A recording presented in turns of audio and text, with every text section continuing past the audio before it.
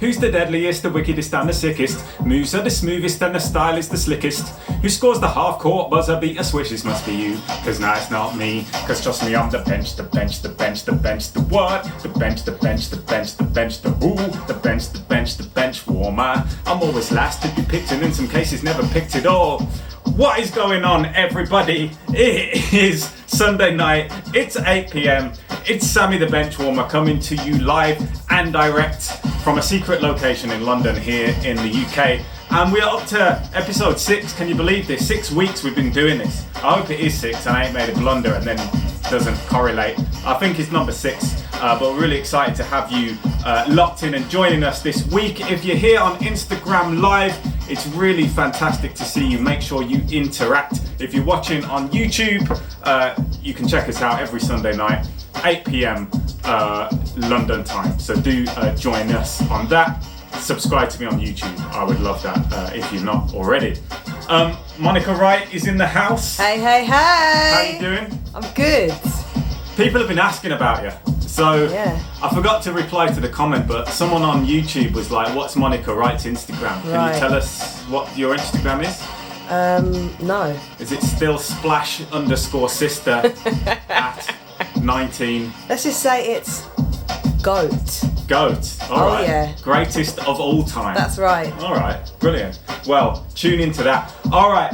Brilliant. Thank you, Monica Wright. I hope someone finds you on Instagram because, frankly, I've been looking for weeks. Right, we're going to tune in. We're going to start with our first section of this show. It's called Back to the Future.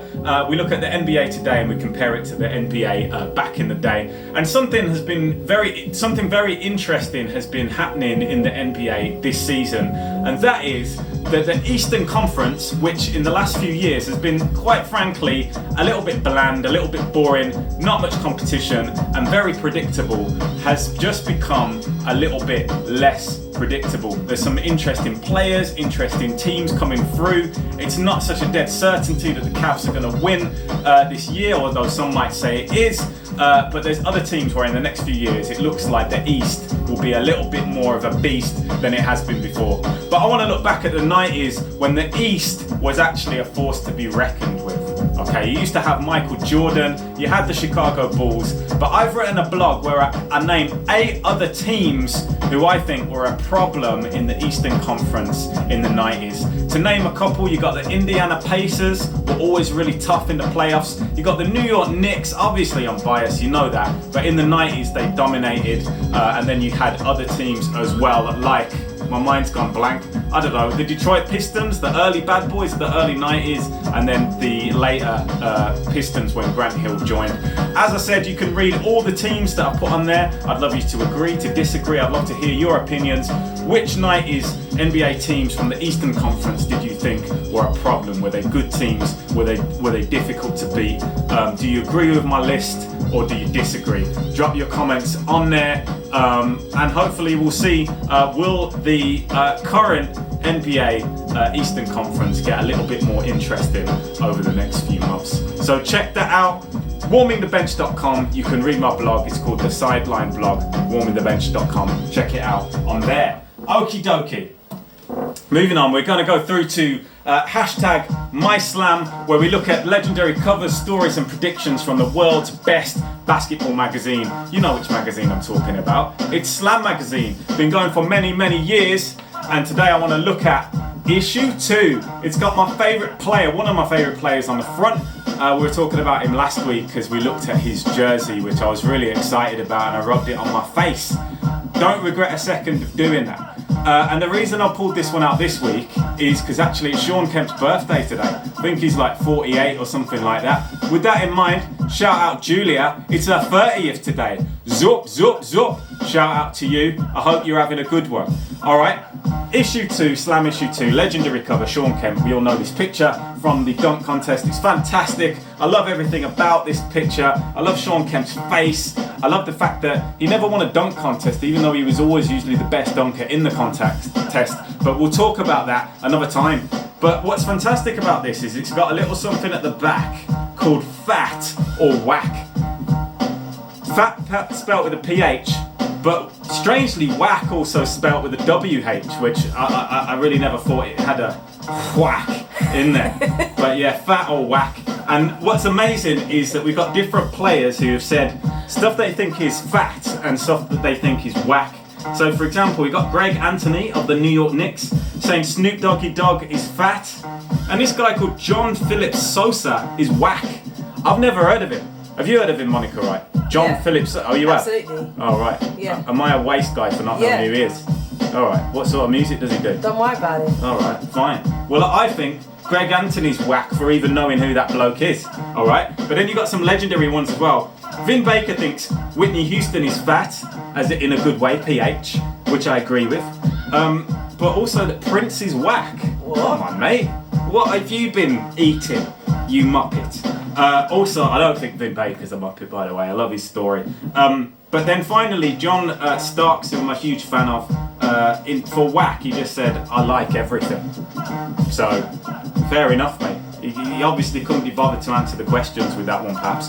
But that is hashtag #MySlam. I'd love you to pull out your covers of Slam, your old covers. Send me a DM. I'd love to see what people have got in their collection. What covers have you got? What stories do you find amazing? What predictions came true? What predictions were a little bit disappointing, shall we say? So that is hashtag #MySlam. Monica, right, what are you saying? Have we got some people locked in? We have. Welcome the boy named Crow, Jordan Evans, Kilara Sisu. Shout out Kilara for the third week in a row. We've got Yuri, Benny Arba. We've got everyone up in here. 1985, Chris Dank says Pacer Nation. Nice. That was for earlier. 1985, Curtis Faulkner, The Asian Rice. Hello, welcome. Is that the Asian Glenn Rice? Because I'd love to know if he's a great three-point sharpshooter. I don't know. Give our Monica, right, a little bit of a well, problem with the three-point shooting. Maybe not. Maybe not. LES Most Wanted, The Vintage Fiend, Rich Nilsson, Slider Cuts. Shout out Slider. Guys, thank you. Tyreek. Yeah, everyone's up on it. Tyreek. Guys, thanks so much for tuning in. Whether it's your first time or you've been here before, you're welcome. And it's great to have you with us. So, yeah, but you know it. Shout out the regulars as well. The boy named Crow says he's got that Kobe Rookie Year Slam. Oh, nice. The one we showed last week, That's it. right? Nice. That's a great cover. I absolutely love it. If you haven't watched last week's episode, tune in. Right now, this is I Love This Stuff, where we look at the wickedest NBA memorabilia from the 90s. Could be all sorts of things, you know by now. Could be videos, could be clothing, could be books, could be magazines, could be toys like the Shaq toy. Jerseys, did I say jerseys? Clothing, yes. All of that sort of stuff. But today I want to show you this book and it's simply called Basketball Photography by the NBA, or should I say World Champions Basketball Photography by the NBA. If you love the 90s NBA, then this is the book for you. Basically, any player that was hot in the 90s and that played in the 90s era, at least up to around 1996, is included herein. As you know, this section of the show is called I Love This Stuff.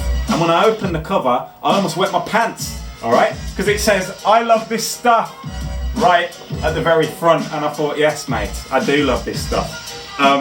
But it's a great book. It's got Hakeem Olajuwon, Shaquille O'Neal, Larry Bird, Scottie Pippen. It's got articles written on all of them.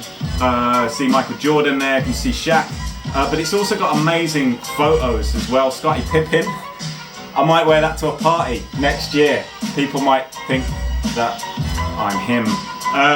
And so yeah, there's different articles, different pictures, and it's a great book. You can get this on Amazon still. The author's name is Eric Besnard. Besnard. Christmas gift perhaps, put it on your wish list. Someone might buy it for you. It's still definitely worth a read and it's a fantastic book.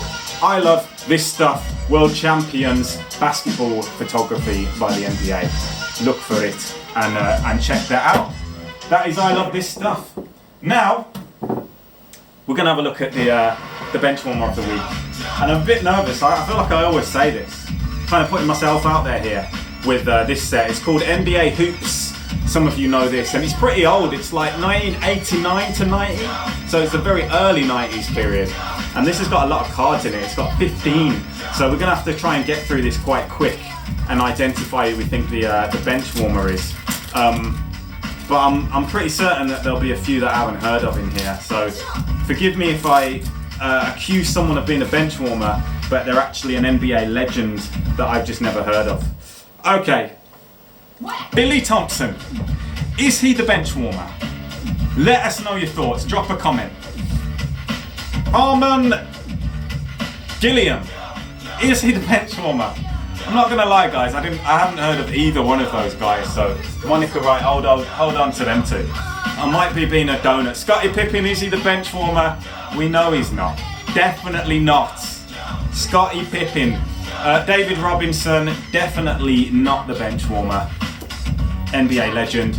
We have got Derek Harper, not the Benchwarmer. Wayman Tisdale, RIP, not the Benchwarmer.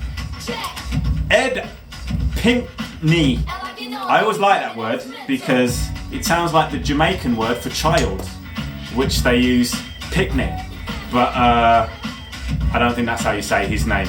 Yeah, hold on to him. Alan Level. Is he the Benchwarmer? Maybe. Keep hold of him. This guy looks definitely like he's the Benchwarmer. His name is Mark Alari. I'd never heard of him. Bill Jones. I can't lie, Bill Jones is looking a lot like the Benchwarmer right now, to be honest with you. He looks like a 15-year-old child.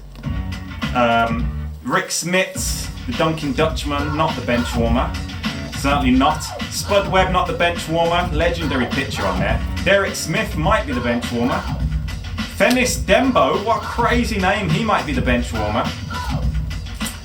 And Jimmy Rogers, coach card. Shout out Soul to Soul. He likes the old coach cards. Maybe I'll send that over to you, mate.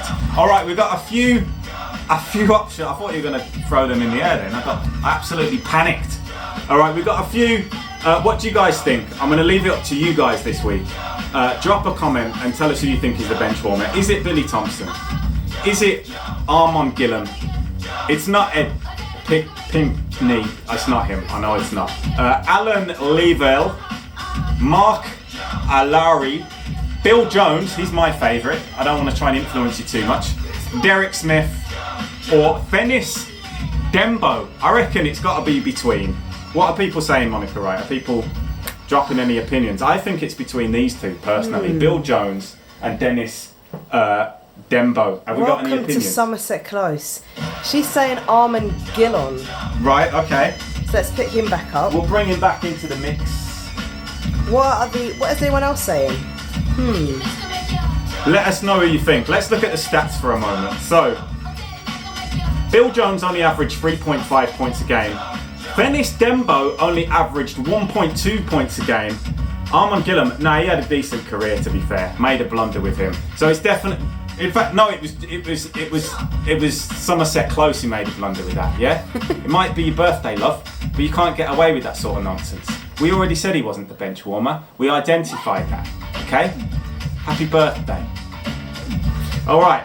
I reckon it's between these two, but obviously it's got to be Fennis Dembo because he has got the lowest points average at 1.2, so he slightly beats Bill Jones. But I tell you what, because both of these cards are so legendary, they can be both Benchwarmers of the week. Fennis Dembo, Bill Jones, Benchwarmer of the week, ladies and gents. 1985 says Bill can't be the Benchwarmer. That Nets kit is too dope. It is dope, but look how it's fitting him. He looks like a 13-year-old child in his PJs, alright? He looks like DJ Pooh in Friday.